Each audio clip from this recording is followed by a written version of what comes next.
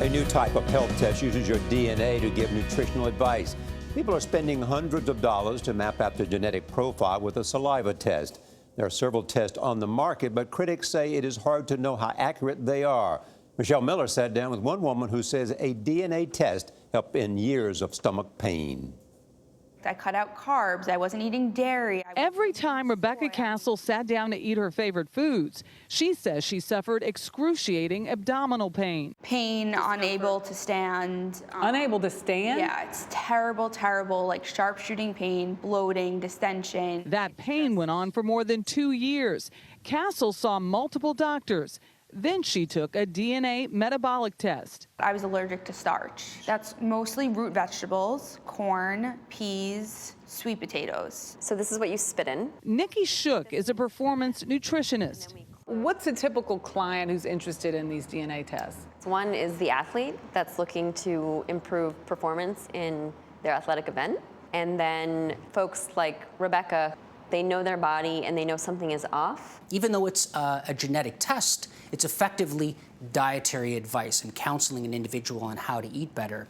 Ahmet El-Sohimi is the chief science officer at Nutrigenomics. Individual genetic differences can help us understand why some people respond differently from others. Nutrigenomics says their DNA test looks at a person's 45 genetic markers.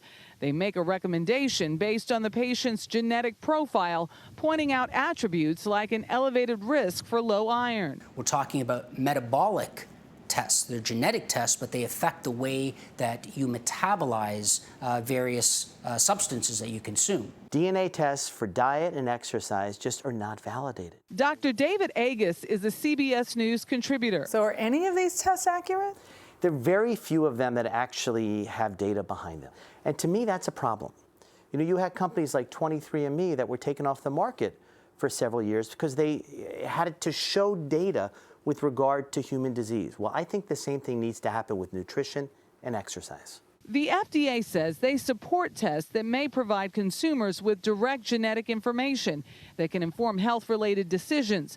But the agency points out it does not actively regulate these products. 2,400 years ago, Hippocrates did something amazing, is that he would eat something and he would write down how he felt after he ate it. To me, that's the best way in the world to know what's right for you. It goes through your iron status, whole grain, sodium. Castle says the test produced more than 30 pages of results about her body, which means she can now avoid the foods that set off her stomach. I think it's worth it. You don't need your blood taken. You're literally just spitting into a test tube. You could do it in your sleep. For CBS This Morning, Michelle Miller. Everyone wants a prescription on how to get to their goal with They're that. looking for a magic bullet. Exactly. But I'll take that magic bullet anytime. So if I have one, I'll take it. you'll buy it.